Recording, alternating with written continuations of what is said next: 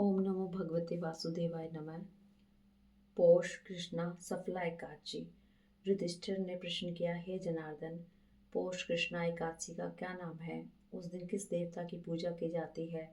भगवान कहने लगे, हे धर्मराज, मैं तुम्हारे स्नेह के कारण तुमसे कहता हूँ कि एकादशी व्रत के अतिरिक्त मैं अधिक से अधिक दक्षिणा पाने वाले यज्ञ से भी प्रसन्न नहीं होता, अतः इसे अत्यंत भक्ति और श्रद्धा से युक्त होकर करें।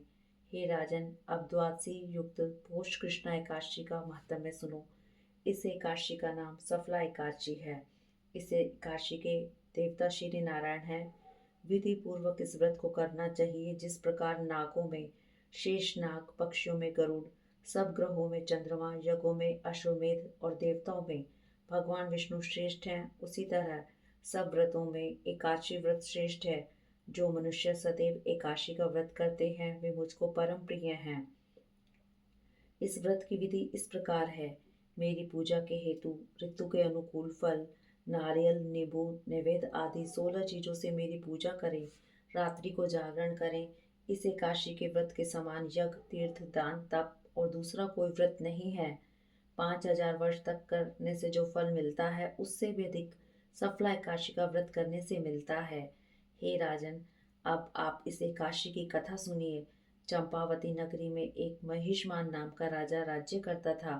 उसके 4 पुत्र थे। उन सब में लुम्पक नाम वाला बड़ा राजपुत्र महापापी था। वह पापी सदा पर स्त्री तथा वेश्यागमन तथा दूसरे बुरे कर्मों में अपने पिता का धन नष्ट करता तथा सदैव ही देवता, ब्राह्मण और वैष्णवों की निंदा किया करता था। जब राजा को अपने बड़े पुत्र के ऐसे कुकर्मों का ज्ञान हुआ तो उसने उसे अपने राज्य से निकाल दिया। तब वह विचरने लगा कि अब मैं किधर जाऊं, क्या करूं। अंत में उसने चोरी का कर्म करने का निश्चय किया। वह दिन को वन में रहता और रात्रि को अपने पिता की नगरी में चोरी करता तथा प्रजा को तंग करने और उन्हें मारने का कुकर्म भी करता। कुछ समय पश्चात सारी नगरी भयभीत हो गई। वह वन में रहकर पशु आदि मारकर खाता रहा। जनता के लोग और राज्य कर्मचारी उसको इन कुकर्मों के कारण पकड़ भी लेते, पर राजा के भय से छोड़ देते। उसी वन में एक अत्यंत विशाल पीपल का वृक्ष था। उस वृक्ष के नीचे वह महापापी लुम्पक रहा करता था। उस वन को लोग देवताओं का क्रीड़ास्थल मानते थे। कुछ समय पश्चात पौष कृष्ण पक्ष की दशमी के दिन वह वस्त्रहीन होने से शीत के कारण अति रात्रि को नहीं सो सका और उसके हाथ पैर अकड़ गए। वह रात्रि उसने बड़ी कठिनता से व्यतीत की और सूर्योदय होने से पूर्व मूर्छित हो गया। दूसरे दिन एकादशी को मध्याह्न के समय सूर्य की गर्मी से उसकी मूर्छा दूर हुई तो होश में आकर गिरता पड़ता वन में भोजन की खोज में गया, परंतु व्यथा के कारण जीवों को मारने में असमर्थ था। इस कारण वृक्षों से गिरे हुए फलों को बीनकर वृक्ष के नीचे लाया।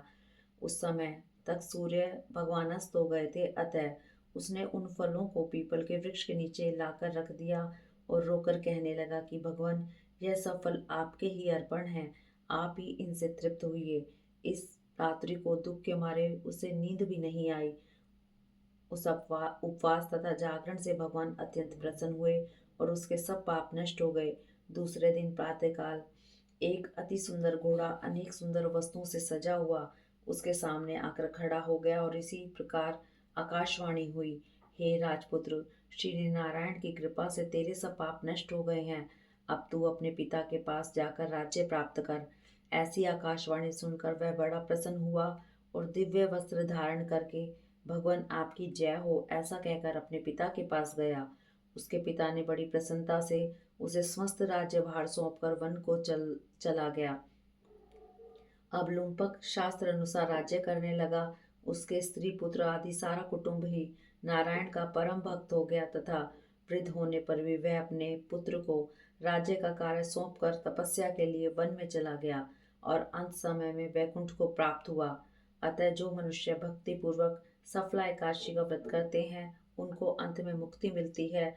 जो मनुष्य इस सफला एकादशी का व्रत नहीं करते वे पूंछ और सींगों से रहित पशु के समान हैं। इस सफला एकादशी के महात्म्य के पढ़ने अथवा श्रवण करने से मनुष्य को अश्वमेध यज्ञ का फल प्राप्त होता है। इस प्रकार एकादशी महात्म्य का तीसरा अध्याय समाप्त हुआ। फलहार इस दिन तिल और गुड़ का सागार लिया जाता है। दूध से बनी मिठाई, फल और मेवा भी ले सकते हैं। हरि ओम तत्सत।